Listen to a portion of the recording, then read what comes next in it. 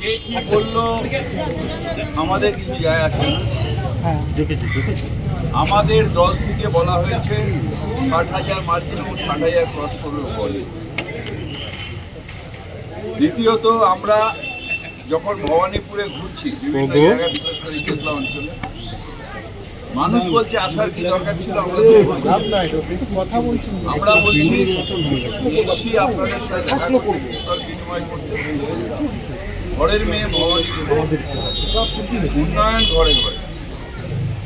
সুতরাং ভবানীপুর নিয়ে কোনো রকম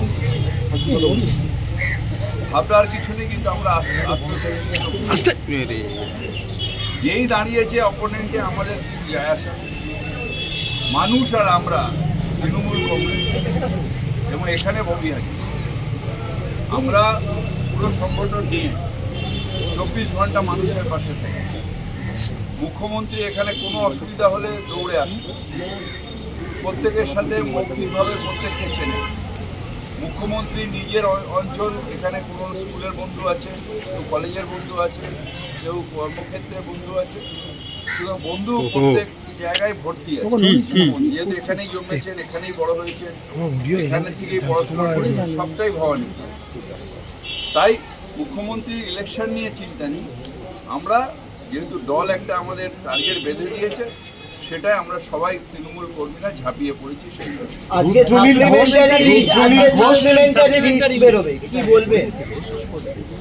দেখুন, আমরা আশা রাখি আদালতের ওপরে মুখ্যমন্ত্রী নিজেও এই অত্যাচারের বিরুদ্ধে গেছেন এবং আমরা বিশ্বাস করি যে আদালত অন্যায় করবে না।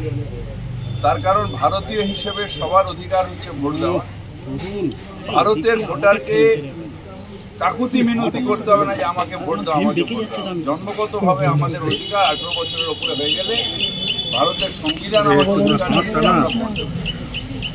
আমি আশা রাখি যে আদালত থেকে ন্যায় বিচার পাব। যাদের কেটে যাবে, সমগ্র বাংলায় আমাদের সংগঠন রয়েছে এবং আমরা পিটিশনের জন্য রেডি আছি। যারা কেটে যাবে তাদের পিটিশন করে, কারণ গন্ডগোল করে হইহই করে কোনো লাভ নেই। আদালত বিচার করবে এবং বিচার ব্যবস্থার উপর আমাদের আস্থা আছে। বিচারের মানি যেন নিভৃতে নির্ভরভাবে না কাঁদে, বিজেপির কাছে না কাঁদে, জ্ঞানীশ কুমারের কাছে না কাঁদে। বিচারের মানি বিচার দেবে ভারতের প্রত্যেকটা নাগরিককে, এটা আমাদের বিশ্বাস আছে।